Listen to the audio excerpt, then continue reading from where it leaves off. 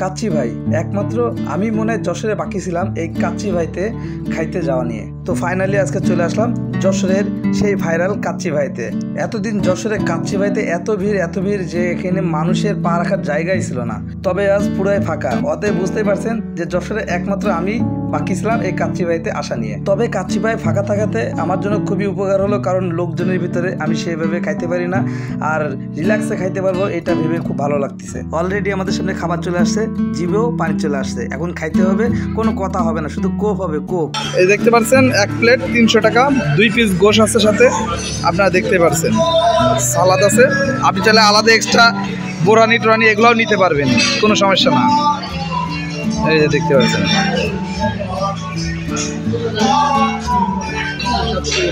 সব ঠিক আছে, ওকে।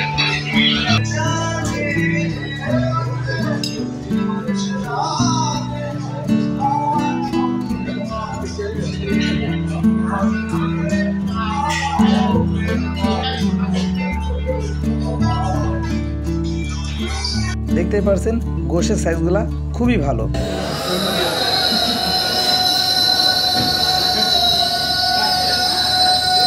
স্বাদটা কেমন?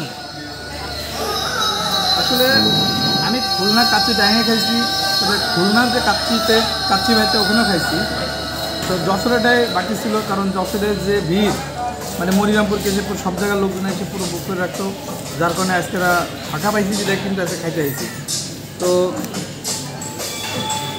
যশোরটাও খারাপ, একেবারে খারাপও না, আওয়াজও অনেক ভালো এরকমটাও না, মোটামুটি আলহামদুলিল্লাহ এটাই। তো সেই রকমই একটা ফিল পাচ্ছি, আর গোশগুলা খুবই সফট দেখতে পাচ্ছেন। মাংসের সাইজগুলো দেখায় একটু, মানে একের প্রাইসটার দিকে যদি বলি, আলহামদুলিল্লাহ আমাদের খাওয়া দাওয়া কমপ্লিট, আর খাবারের মানটা মোটামুটি ভালো ছিল। আর ঢাকার মতো বা খুলনার মতন বলবো না, কিন্তু যশোর হিসেবে নতুন হিসেবে মোটামুটি ভালো, একদম খারাপও না, আবার ঢাকার মতনও না।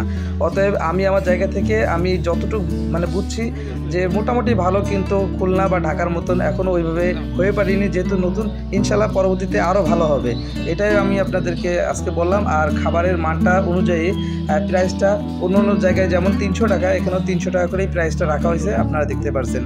তো আমাদের খাওয়া দাওয়া কমপ্লিট। তো যশোরবাসীদেরকে একটা কথা বলবো, যারা এখনও কাচ্চি ভাইয়ের স্বাদটা এখনও নেননি, তারা আমার মতন চলে আসুন, দেরি না করে খেয়ে যেতে পারেন যশোরের কাচ্চি ভাই।